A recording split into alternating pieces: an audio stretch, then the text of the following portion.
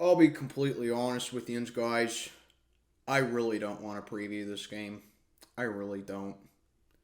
Because, honestly, what difference does it make? We lose this game or we lose any one of our next games, it's going to be Tomlin's first losing season of his career. We're not going to make the playoffs. And literally, the only thing that we can do as Steeler fans is just continue to root for the Bears to lose games because it helps our draft pick for the Claypool trade. That's literally all we can do. Still sermon in the house Wednesday night. Another video recording my preview for the Steelers and the Panthers this coming Sunday, 1 o'clock kickoff in Charlotte. As always, do me a favor, like, comment, subscribe. Follow me on Instagram and on Twitter. Links are posted in the box below. So these two teams are 5-8 coming into this game. But here's the thing about it. We're 5-8, last place in the AFC North. We got nothing to play for. We really don't. Because it's a lost season. And honestly, at this point, if I was Mike Tomlin or if I was just the head coach of the Pittsburgh Steelers, it doesn't matter to me if Kenny Pickett is good to go or not in this game. It doesn't matter. Because you want to know what I would tell him? I would tell him, you know what, dude? We're not gonna absorb the risk of having you injured again for the rest of the season. Because this is the second concussion that Kenny Pickett's had this season. And I know they're not really his fault. But here's the thing. He's a rookie. He's a young guy. I know he's 24. He's going to be 25 next year, okay? I understand that. But he's still, in the eyes of the NFL, he is classified as a young player. So I would tell him, Kenny, we appreciate what you did this season. You had a real good rookie year. We're going to give you the rest of the season off, and we're going to let Mason Rudolph play mop-up duty for the rest of the season. That's exactly what I would tell Kenny Pickett. Because there's literally no reason for us to be competitive in these final 4 games. We're 5-8, 1 loss away from Tomlin's first losing season, 1 loss away from the first losing season this franchise will have in almost 20 years. And if you think for 1 second that this team is going to make the playoffs, you are sadly mistaken and you are 100% delusional and need to go in a mental asylum. Plain and simple. On what planet is this a frickin' playoff team? On what planet do you think this team has any shot of being competitive this year outside of a couple of players? Seriously. That's what I would tell Kenny Pickett. Mitch Trubisky, the less said about him, the better. I mean, I made a whole video about him on Sunday afternoon. That video is blowing up. It's at like 2,000 views right now. So, who's that leave with the quarterbacks? Mason Rudolph, who ironically has been the longest tenured quarterback on this team currently. It's amazing to say that, considering that we've had Big Ben all these years. And now Mason Rudolph is the quarterback that's been with the team the longest now. And it's his 5th season. And honestly, like I said, what difference does it make starting Mason Rudolph in this game? Because he's not going to be a Steeler next year. I fully expect him to not be a Steeler next year because he's going to be a free agent. We've seen enough of that trash can that played on Sunday. And Kenny Pickett, like I said, you don't want to ruin a young guy's confidence and rush an injury like that, especially if he's in concussion protocol. So really, what difference does it make? This offense has 9 passing touchdowns this entire season. 9. That is how it's just amazing how bad an offense can be. 9 passing touchdowns total. You know, and there's a lot of other elements on this offense that just suck as well. The entire left side of this offensive line is just a disaster. Dan Moore Jr., who had another penalty Sunday, something that I may or may not have said in my post game. But yeah, he had another penalty. You can always rely on him to have a penalty. You can always rely on him to get sucked up into the pass rush and allow our future franchise quarterback, hopefully, to get injured and get another freaking concussion. Way to go, Dan. Way to go. You look at this offense in general, I mean, we're 27th in offense this year. I'm surprised we're not dead last in offense. I mean, I know for a fact that we're dead last in passing offense, but dead last in total offense is what I'm talking about. It amazes me. Which leads me into our opponent in the Carolina Panthers. They have the same record as us at 5-8. But you know what? They have two things over us that we don't have at all in this game. Number one, they have momentum. Ever since they fired Matt Rule, this Panthers team has picked up a couple of W's. And they've been competitive. And as stupid as it is, and that absolute atrocity of an NFC South, guess what? The Panthers actually have the best record. The best divisional record, I should say, out of anyone in that division, including Tampa Bay. And the Panthers could honestly be in first place. Who would think at the beginning of the season that people would say, especially with them dumping CMC and losing Baker Mayfield as well, that the Carolina Panthers could win this NFC South? Who would think that? Because Baker, I mean, you think our quarterback situation is bad, and by no means am I diminishing how bad our quarterback situation is, because it's pretty freaking bad. But Carolina's, I would say, is worse. We all know the headlines they made in the offseason with Baker Mayfield.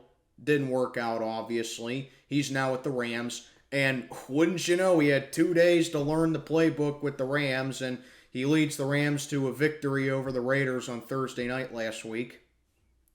They got Sam Darnold last year, a guy who I half-heartedly will admit that I wanted to be a backup here.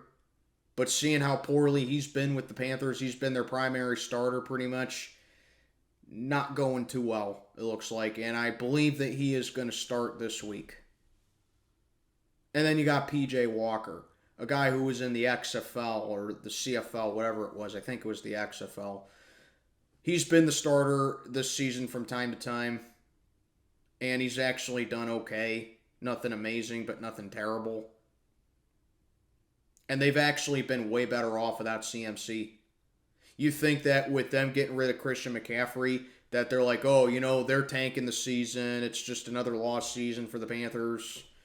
You know, you bring in a guy like Steve Wilkes as their head coach. This guy has confidence, and he has the team playing hard. They find talent in a guy like Dante Foreman, and they're becoming a good running team all of a sudden. And that Blackshear guy they have as well, he's becoming a good complement as well. All of a sudden, the Panthers have some momentum going. That's number two.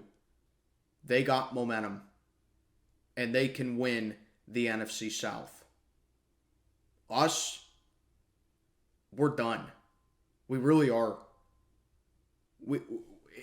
We're done. What else do you want me to say? I have gotten no enjoyment, hardly any enjoyment, from watching this team play this season. You know, like how you feel when you wake up one morning and you're like, oh man, I really don't want to go to work today, but I have to. That's what watching the Steelers this year is like for me. It's that same feeling I get when I watch Pirate games, honestly. It's like that feeling where you really don't want to go to work, but you have to. That's what it's become. It's like a chore instead of something that I enjoy doing. Because this team just sucks the life out of you, man. Or like that really boring guy.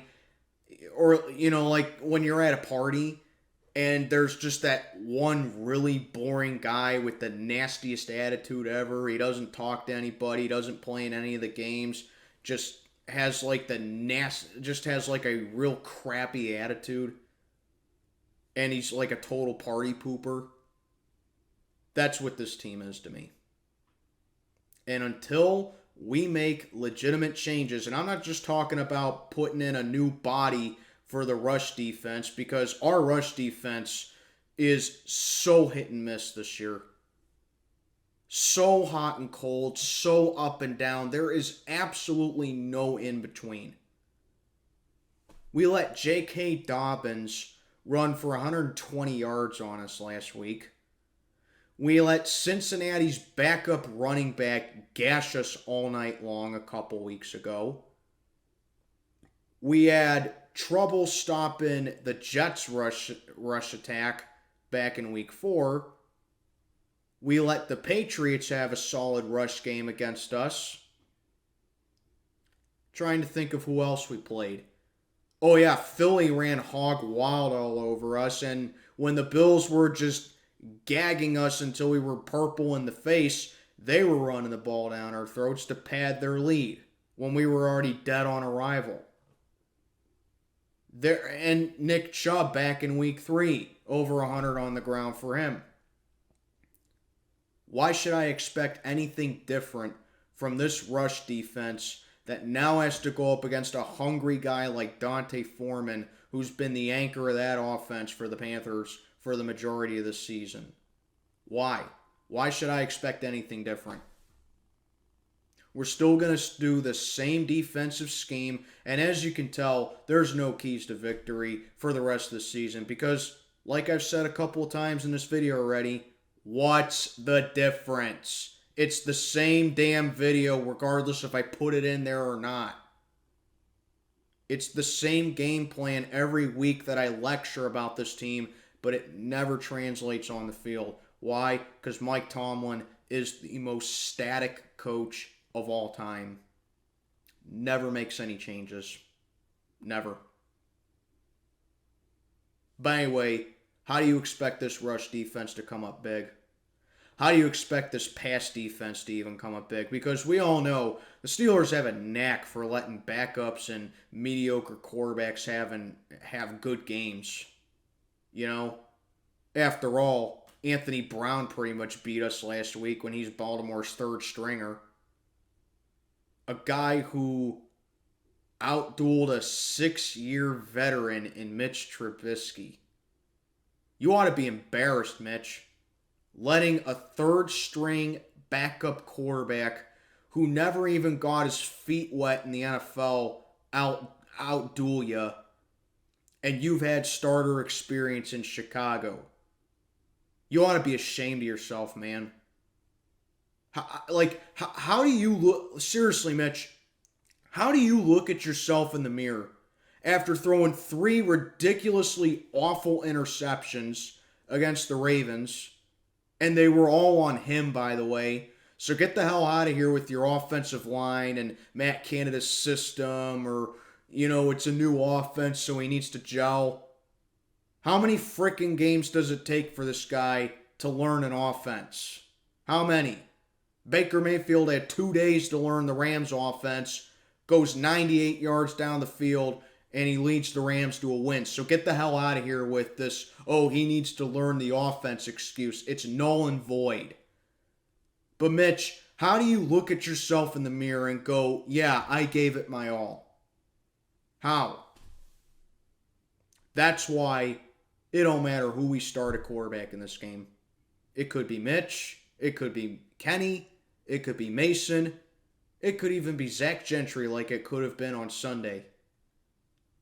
This offense will suffer, and they will continue to be anemic, and they will continue to be a laughing stock in the NFL until serious changes are made, which is why this coming spring, you need to fix up that whole left side of the offensive line, search for a true number 1 receiver, because Deontay Johnson's a joke. George Pickens, we don't know if he's there yet. And we don't know what Calvin Austin's ceiling is because he hasn't played all year because he's been hurt all year. And get rid of Mitch. No, I would not give him a second year too. We gave that guy 2 years, $14 million. I ain't giving him a second year. After that Ravens game, I'm like, get the hell out of here, Mitch. You ain't getting a second year from me. Get out of here. I wouldn't even have him be a bench warmer.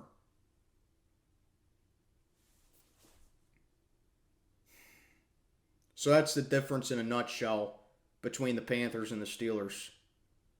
We have nothing going for us. Carolina has something going for them. They'll just get it in the worst way possible. But considering what everyone said they were going to be at the beginning of the season, can you call it a failure of a year for them? For real. And that's really my preview for this. Steelers and Panthers. Let me know what you think down below. I will be on the Twins' stream. I will be previewing and recapping this game as I will for the rest of the games. Let me know what you think down below. This is Steel Sermon. Check it on out for the night. May God be with you all.